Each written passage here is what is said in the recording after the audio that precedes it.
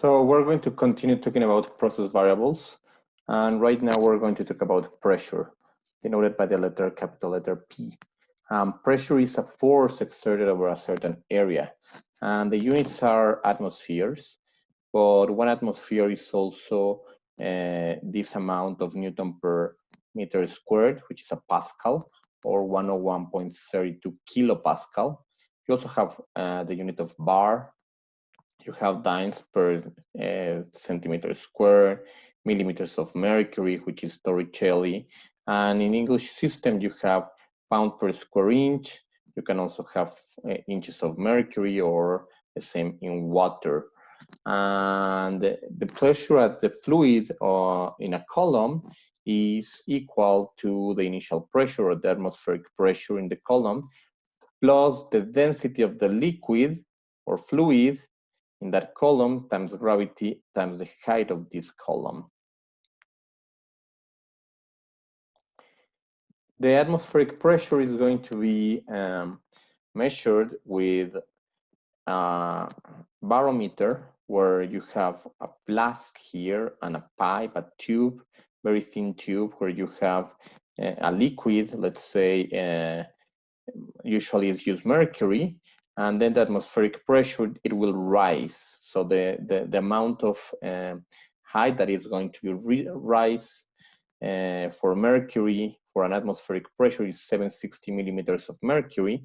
And that's the reason why we can state that 1 atmospheric pressure is 760 millimeters of mercury, or Torricelli's.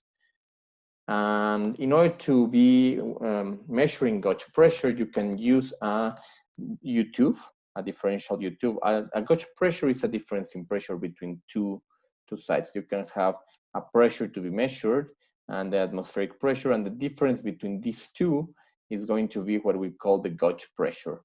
And we can also have a Bourdon gauge, which is very used in industry. You just plug it into the tank or whatever, and this will immediately read, here is in bar, but it can have millimeters of mercury or atmosphere. Millimeters of mercury is not that common in these gauges. The absolute pressure is going to be the gauge pressure plus the atmospheric pressure.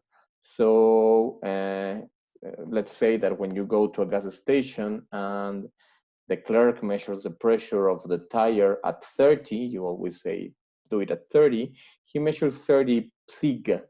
Psig means gauge pressure.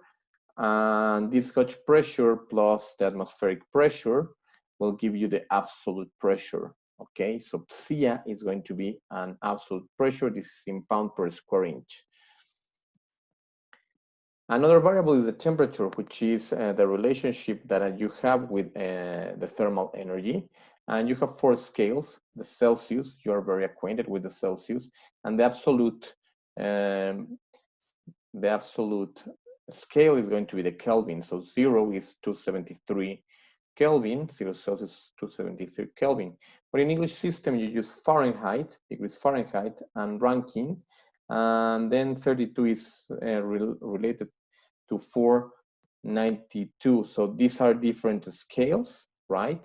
And if you see one step in Celsius is one step in Kelvin, but you have difference here, right?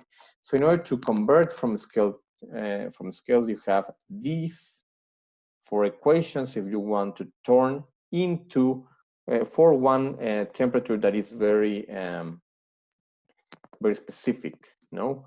But if you have difference in temperatures, delta T's, then you will have these conversion factors. Let's go to an example of this. Let's say that you have 180 degrees Fahrenheit. So you're going to use this equation. You're going to solve for Celsius in order to turn it to Celsius. So it's 180 minus 32 over 1.8. This will yield to 82.2. But if you have a difference in temperature of 180 Fahrenheit, you're going to use this conversion where you will say that 1.8 Fahrenheit is 1 Celsius.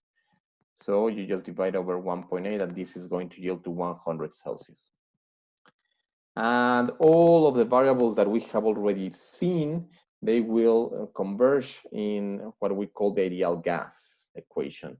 For an ideal gas, usually we say that oxygen or hydrogen, which are at regular temperatures, air is going to be modeled as ideal gas.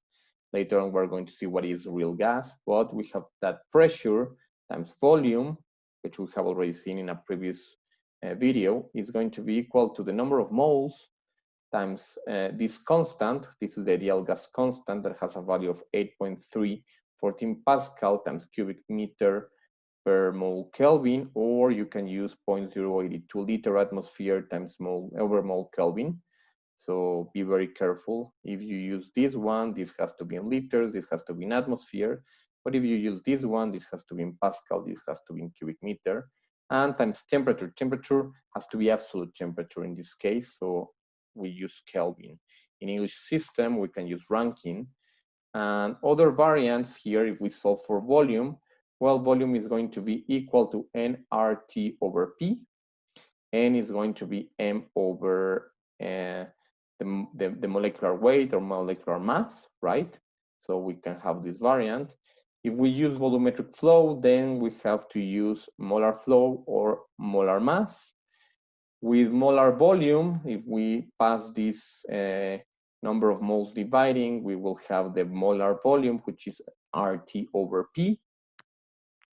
Or we can also have solving for a specific volume.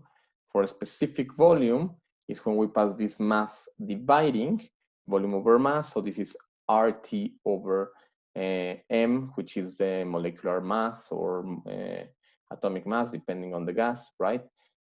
P, which is the pressure. And for density, we have 1 over a specific volume, which is MP over RT, right? So this is for process variables. And later on, we're going to be talking about some chemistry.